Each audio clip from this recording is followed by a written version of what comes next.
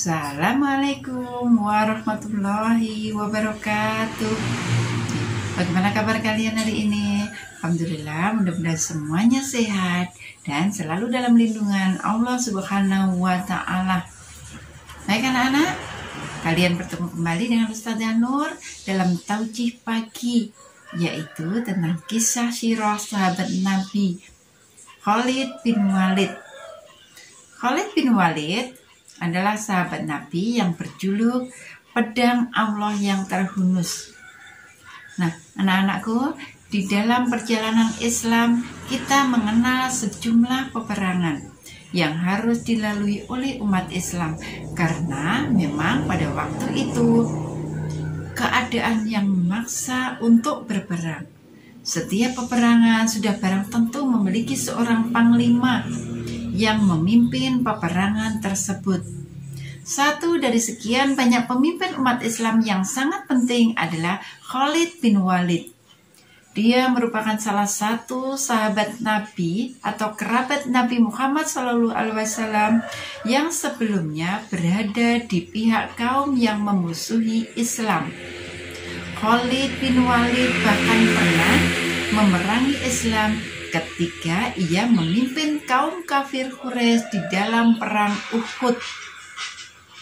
Ketika itu, Khalid berhasil memanfaatkan peluang menaklukkan pasukan Islam saat mereka tergoda oleh harta rampasan perang. Di bawah kepemimpinan Khalid bin Walid, pasukan kafir Quraisy berhasil memukul mundur pasukan Islam.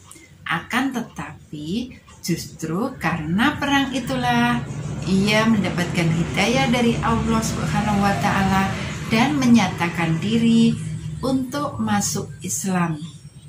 Masuknya Khalid bin Walid di dalam naungan Islam kemudian disambut gembira oleh Nabi, sebab Khalid dikenal sebagai seorang yang ahli strategi dalam berperang, sehingga pasti akan sangat menguntungkan umat Islam.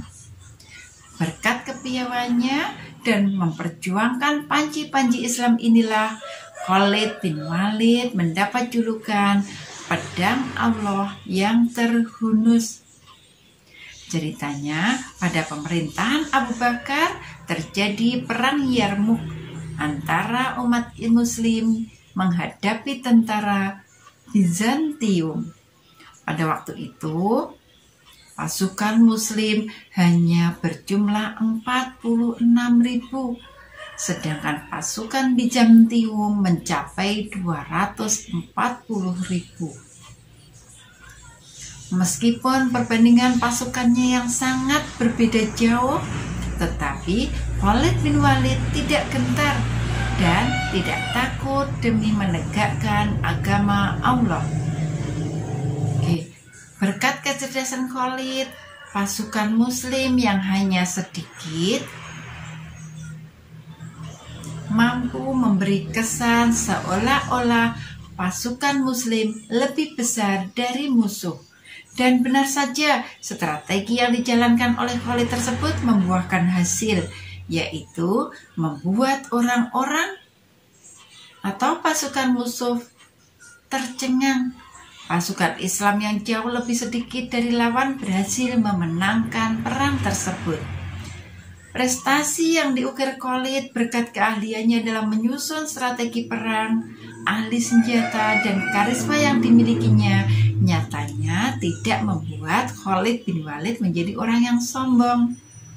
Bahkan saat Khalifah Umar bin Khattab mencopot jabatannya tanpa suatu kesalahan apapun, ia begitu legowo menerimanya. Setelah dicopot, ia pun sempat menuntaskan peperangan dengan sempurna. Barulah ia menyerahkan kepemimpinan kepada Abu Ubaidah bin Zarah. Nah, baik anak-anakku yang soleh-solehkah, itulah tadi sikap baik Khalid bin Walid, salah seorang sahabat Rasulullah yang patut kita jadikan contoh. Meskipun beliau pandai, ahli strategi, ahli perang, tetapi dia tidak haus jabatan. Nah, Baik anak-anakku, itulah tadi sekilas cerita tentang Khalid bin Walid, sahabat Rasulullah yang mendapat julukan pedang Allah yang terhunus. Mudah-mudahan kita bisa mengambil manfaat dari cerita tersebut. Baik anak-anak, Ustazah akhiri. Assalamualaikum warahmatullahi wabarakatuh.